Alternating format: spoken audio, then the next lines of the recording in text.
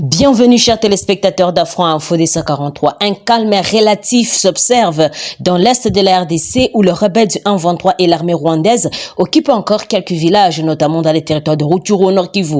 Face à cette situation, le Kenya, qui a déployé les troupes dans cette partie du territoire congolais, a plaidé pour le renouvellement du mandat de la force régionale de la communauté de l'Afrique de l'Est et assez enfin de consolider les acquis de son sacrifice.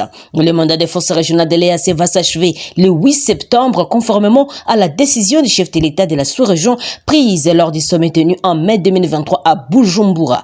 Alors que le Nord Kivusien continue de dénoncer la cohabitation et la complicité de la coalition de l'armée est-africaine avec le rebelle du 1-23, le ministre de la Défense du Kenya, Aden Douale, qui a séjourné dans l'est de la RDC, a demandé aux autorités congolaises d'envisager le renouvellement du mandat de l'EAC. Il a exprimé sa gratitude pour les calmes relatifs dans les pays, mais a reconnu qu'il y a une tâche énorme à accomplir et a imploré l'honorable Bemba, ministre de la Défense de la RDC, a envisagé de prolonger le mandat de l'EAC au-delà de la date limite de septembre, afin de consolider les acquis de sacrifice de la force, rapporte l'armée kenyane.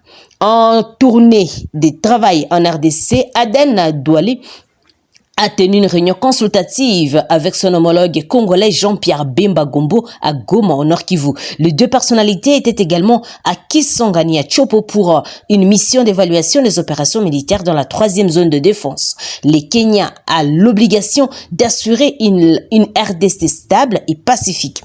Et le ministre Aden Douale a affirmé qu'en tant qu'État d'ancrage dans la région, le Kenya continue de promouvoir les initiatives contribuant à la réalisation de la paix, de la stabilité et de la prospérité dans l'EAC. Le gouvernement kenyan, à travers les forces de défense du Kenya, a également l'obligation d'assurer une RDC stable et pacifique, a-t-il déclaré, rappelant aussi que la présence et le mandat des Nations Unies en RDC sont de protéger les civils, le personnel humanitaire, les droits de l'homme sous menace imminente de violations et de soutenir le gouvernement de la RDC dans son processus de stabilisation et de paix ultime. Dans l'est de la RDC, Douale a échangé également avec la force de réaction rapide kenyane qui travaille sous l'égide de la MONUSCO à Beni.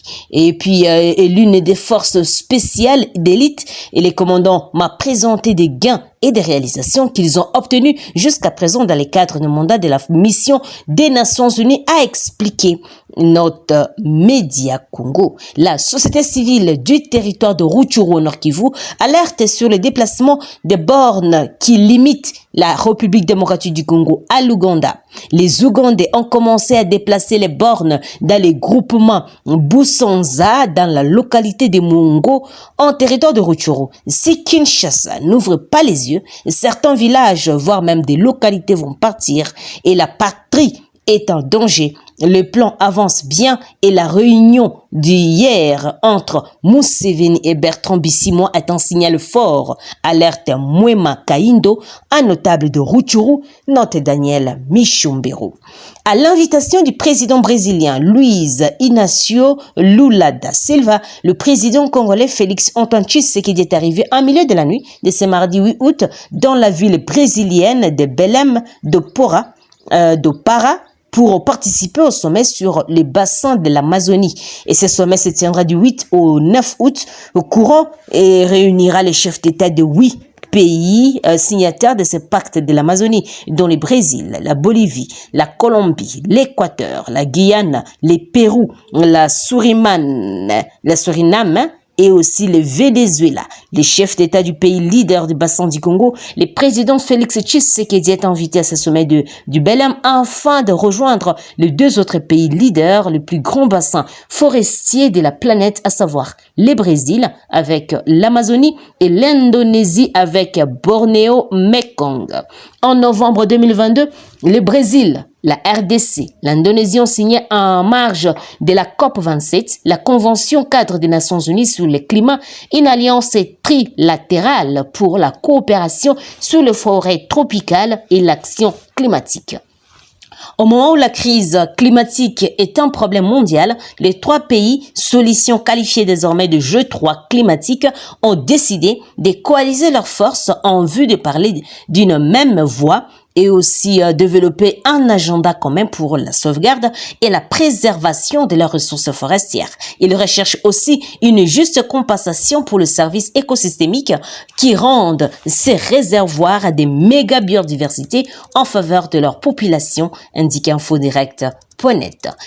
Les secouristes de la Croix-Rouge sont arrivés sur le lieu du drame causé par l'explosion d'un camion-citerne de carburant au quartier Ringini, commune de Lemba. Les camions provenaient du Congo central et a percuté un poteau électrique mettant en contact les câbles et les carburants qui a déclenché le feu. La Croix-Rouge attend l'extinction du feu afin d'intervenir et procéder à la recherche d'autres corps. Pour l'instant, le bilan est de 5 morts, a dit à Actualité.cd le vice-gouverneur de Kinshasa, Gérard Moulumba, qui est sur les lieux. Au regard de l'intensification du feu, les secouristes appellent les habitants à quitter provisoirement la zone. Plusieurs dégâts matériels sont également enregistrés. Les reporters d'Actualité.cd a constaté l'incendie de dizaines de boutiques et de magasins le long de l'avenue Bypass. Une réunion du comité technique du processus TP à l'est de la RDC a été tenue ce lundi 7 août 2023 en Entebbe par les facilitateurs de l'EAC Uhuru Kenyatta et le président ougandais Museveni. D'après les présidents ougandais, cette réunion qui a mis autour d'une table le représentant des pays membres de l'EAC avait pour objectif de discuter sur le niveau de processus et engagement de tous pour les retours de la paix dans l'est de la RDC. Son Excellence Uhuru Kenyatta et moi avons co-présidé une réunion du processus TP au Congo à Entebbe où nous avons reçu les rapports des parties prenantes et je le remercie ainsi que son secrétariat de continuer à faciliter ces processus TP de Nairobi dirigés par l'EAC, a-t-il écrit sur son compte Twitter consulté par InfoDirect.net. Il faut signaler que la communauté de l'Afrique de l'Est s'est résolument engagée à apporter son expérience pour que la paix revienne à l'Est de la RDC. Pour cela, elle a déployé depuis 2022 ses troupes militaires dans les localités occupées par les rebelles du 123 afin de les déloger et les permettre le retour des occupants, population déplacée. Et malgré cela, le 123 appuyé par le Rwanda ne cesse de s'aimer la terreur et la désolation.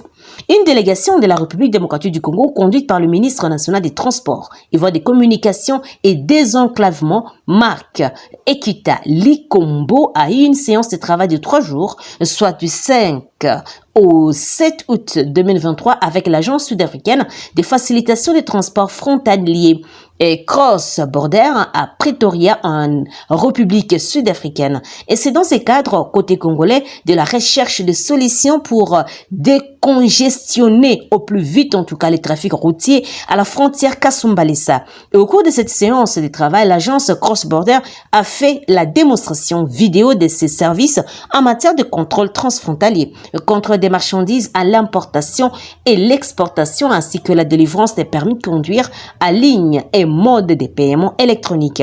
Les méthodes mises en place pour lutter contre la fraude aux frontières ont été évoquées. Et cette agence sud-africaine a, à cette occasion, exprimé sa disponibilité à partager cette expérience avec la RDC dans le cadre des résolutions de la commission mixte RDC-RCA. Une offre acceptée par la partie congolaise, amenée par le ministre Marc Ekila Likombo, qui a insisté sur la nécessité de passer rapidement à la parole, de la parole à l'acte. Ainsi, les deux parties devraient se retrouver dès la semaine prochaine à Lubumbashi, dans le Haut-Katanga, pour approfondir les détails de ces partenariats.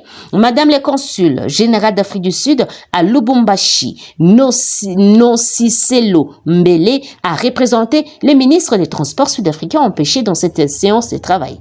Outre le ministre Ekila, il y avait dans la délégation congolaise le gouverneur du Haut-Katanga, Jacques Kiabula, et les mandataires publics du transport routier et Transco et Trans-Academia, ferroviaire, maritime, aérien et OGEFREM. Durant 3 jours de travail, ces derniers ont également procédé à des visites sur terrain et aussi la signature d'accords visant à améliorer les échanges entre les deux pays membres.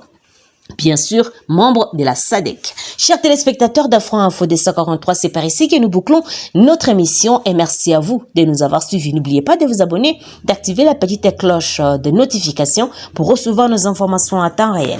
Je suis Santi Chisenga depuis la province de l'Ituri pour Afro Info des 143. Au revoir.